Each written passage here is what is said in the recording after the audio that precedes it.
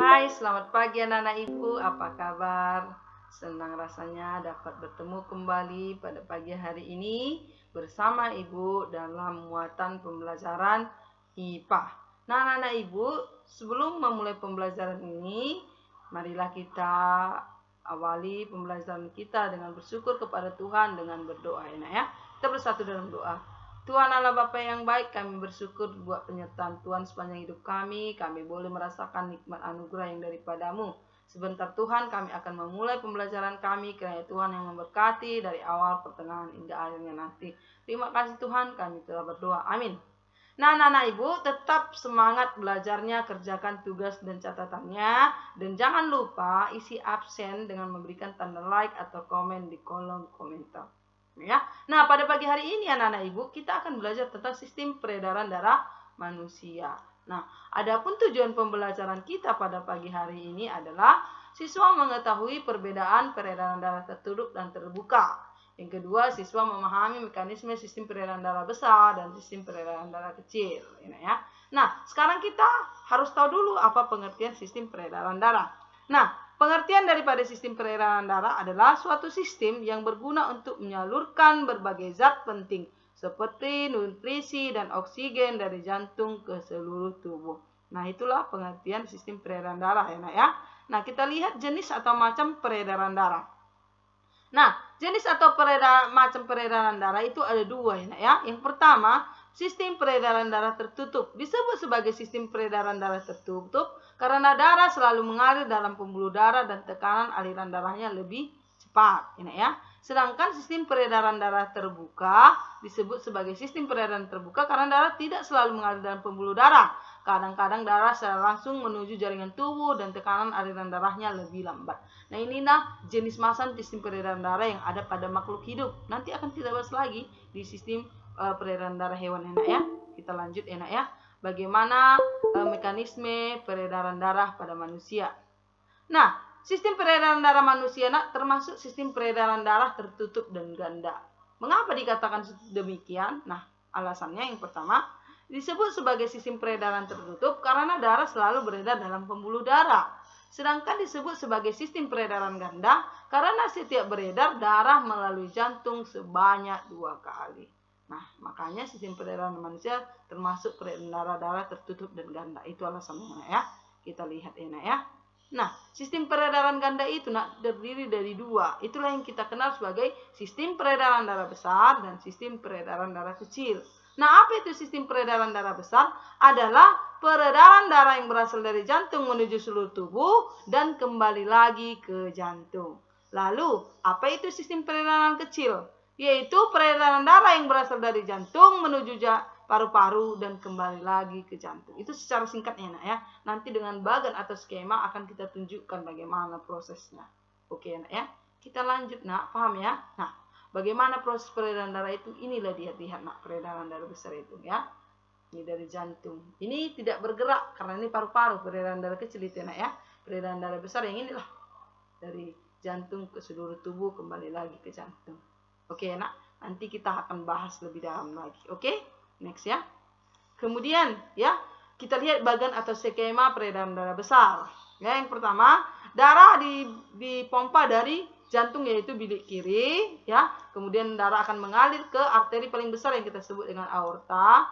Kemudian darah akan memasuki arteri ya. Kemudian darah menuju ke seluruh tubuh kecuali paru-paru. Kemudian darah mengalir ke vena cava dan masuk ke dalam serambi kanan atau kembali lagi ke jantung ya, tepatnya di serambi kanan. Nah, inilah bagian skema peredaran darah besar. Paham ya? Kita lanjut. Ya. Peredaran darah kecil, lihat itu. Ya, darah dari jantung ke paru-paru kembali lagi ke jantung. Ini ya. Tanda panah itu diikutkan ya. Inilah peredaran darah kecil. Ya. Jantung, paru-paru kembali lagi ke jantung.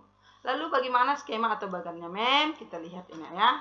Nah, bagan atau skema peredaran darah kecil yaitu darah dipompa dari bilik kanan, yaitu jantung bagian jantung di bilik kanan menuju ke arteri pulmonalis, kemudian menuju ke paru-paru, kemudian menuju ke vena pulmonalis, kemudian masuk ke serambi kanan. Kembali lagi ke jantung di serambi kiri ya. serambi kiri. Nah, ini bagan atau skema peredaran darah kecil. Kita akan bahas lebih dalam ya nak. Perhatikan gambar berikut. Nah, ini dia ada nomor-nomornya. Saya sengaja membuat nomornya nak agar lebih mudah dipelajari ya. Nah, 1 itu bilik kanan, nomor 2 itu ada arteri pulmonalis atau arteri menuju paru-paru. Kemudian nomor 3 itu adalah paru-paru, nomor 4 itu vena pulmonalis, dan nomor 5 itu serambi kanan. Nah, nomor 6 itu bilik kiri, nomor 7 itu arteri tubuh atau aorta, kemudian nomor 8 itu bagian tubuh atas, 9 bagian tubuh bawah, kemudian nomor 10 vena cava, dan nomor 11 itu adalah serambi kanan. Enak ya? Bagaimana dia aliran darahnya kita lihat pada gambar berikut. Ya, lihat ini. Ya. Nah, ini peredaran darah kecil, lihat dari jantung masuk ke paru-paru, kembali lagi ke jantung. Oke? Kemudian peredaran darah besar dari jantung ke seluruh tubuh, ya. Kembali lagi ke jantung. Nah, ya. Iya. Tanda merah itu menunjukkan darah yang kaya akan karbon dioksida atau darah kotor, ya. Sedangkan tanda merah darah yang mengandung oksigen atau darah bersih. Enak ya? Makanya tanda panahnya. Ya, lihat gambarnya itu ya. Nah, untuk lebih singkatnya lagi, nah kita lihat. Nah, peredaran darah kecil itu ditunjukkan oleh nomor berapa aja, Mem? Nomor 1. Apa itu nomor 1? Ya, bilik kanan. Darah dipompa dari jantung yaitu bilik kanan menuju ke arteri pulmonalis nomor 2, kemudian masuk ke paru-paru, kemudian bertukarlah darah kotor di sini ya, ditukar dengan oksigen yang ada di paru-paru hasil pernapasan kita. Kemudian keluarlah darah yang kaya akan oksigen tadi atau darah bersih, masuk lagi ke paru-paru yaitu di nomor 5 yaitu serambi kiri ya nak ya. Nah, itulah sistem peredaran darah kecil. Jadi sistem peredaran darah kecil 1, 2, 3, 4, dan 5. Nah, sistem peredaran besar darah dipompa dari jantung yaitu dari bilik kiri. Ini nomor 6 ya nak ya, bilik kiri. Kemudian ya ini darah yang kaya akan oksigen ya nak ya, atau darah bersih, dipompa lagi masuk ke nomor 7. Ya, apa itu nomor 7? Arteri tubuh yang paling besar ya nak ya, atau aorta. Ini masih mengandung darah besar nomor 7. Kemudian darah mengalir ke seluruh tubuh yaitu nomor 9 bagian tubuh bawah, nomor 8 bagian tubuh atas, kepala, kepala, tangan, ini kaki ya.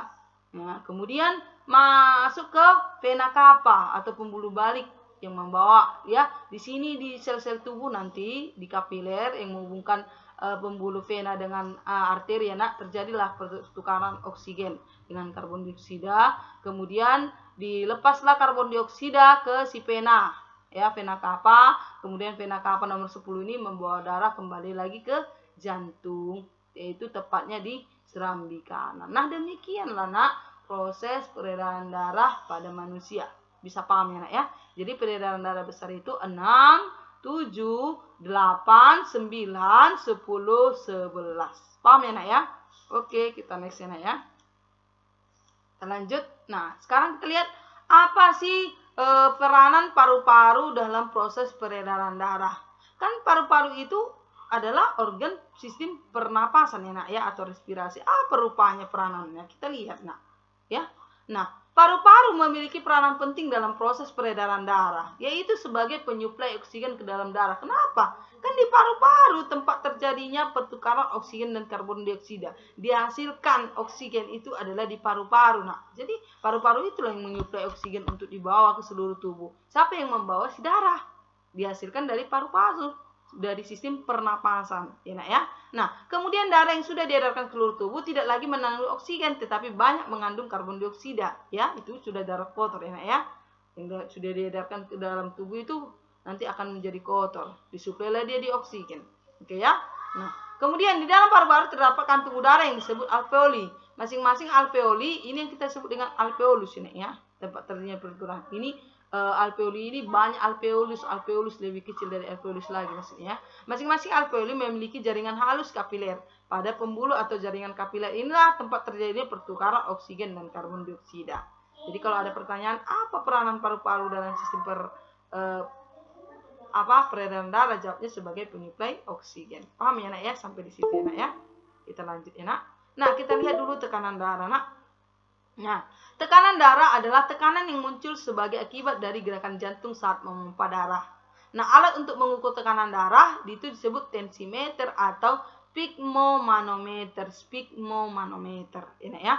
Tekanan darah normal pada manusia adalah 120/80 mmHg. Ini ya. Nah, angka 120 atau yang besar ini menunjukkan atau merupakan tekanan sistol. Apa itu tekanan sistol? Yaitu tekanan darah ketika bilik jantung berkontraksi. Sedangkan angka yang kecil atau 80 itu menunjukkan tekanan diastol, yaitu tekanan darah ketika bilik jantung berelaksasi atau beristirahat. Ini ya. Nah, paham ya sampai di situ? Nah, demikian pembelajaran kita, Nak. Nah, untuk pertemuan kita di hari Kamis nanti, kita akan membahas tentang apa saja yang menjadi organ-organ pernapasan pada manusia, bagian-bagiannya, dan fungsinya. Ya, tugas kita ada 5. Yang pertama, tuliskan 2 jenis sistem peredaran darah. Yang kedua, apa yang dimaksud dengan sistem peredaran darah besar dan kecil. Kemudian yang ketiga, mengapa sistem peredaran darah manusia disebut dengan sistem peredaran darah tertutup dan ganda? Sudah tadi Ibu jawab ini ya. Yang keempat, apa peranan paru-paru dalam proses peredaran darah manusia? Sudah Ibu jawab tadi. Kemudian apa nama alat untuk mengukur tekanan darah manusia? Ada tadi semua. Semuanya ada, makanya dibuat catatannya baru latihan. Dan harapan Ibu, tidak ada lagi anak Ibu yang tidak mengumpulkan tugas. Kenapa? 2 tema lagi kita akan selesai belajar, habis itu kita sudah ujian semester ganjil. Jadi bagi anak ibu yang nilainya kosong, ya nilainya nanti kosong, rapotnya kosong. Artinya nanti kalau kosong, ya kalau nilai rapotnya kosong ya otomatis nanti pasti tinggal kelas, ya Nak ya. Jadi ibu tolong antarkan tugasnya setiap hari Selasa, ya. Dan bagi yang belum mengumpul rapot juga tolong dikumpulkan rapotnya kepada wali kelasnya masing-masing, ya. Khusus 5A, 5B, 5C, 5D. Ibu ingatkan, kumpulkan tugasmu, kerjakan catatanmu dan tugas-tugasmu, antarkan ke sekolah. Ibu tunggu ya Nak ya. Sampai jumpa pada pertemuan selanjutnya, ya. Terima kasih Ibu ucapkan atas perhatiannya. Tetap semangat dan jaga kesehatan. Salam sehat. Shalom.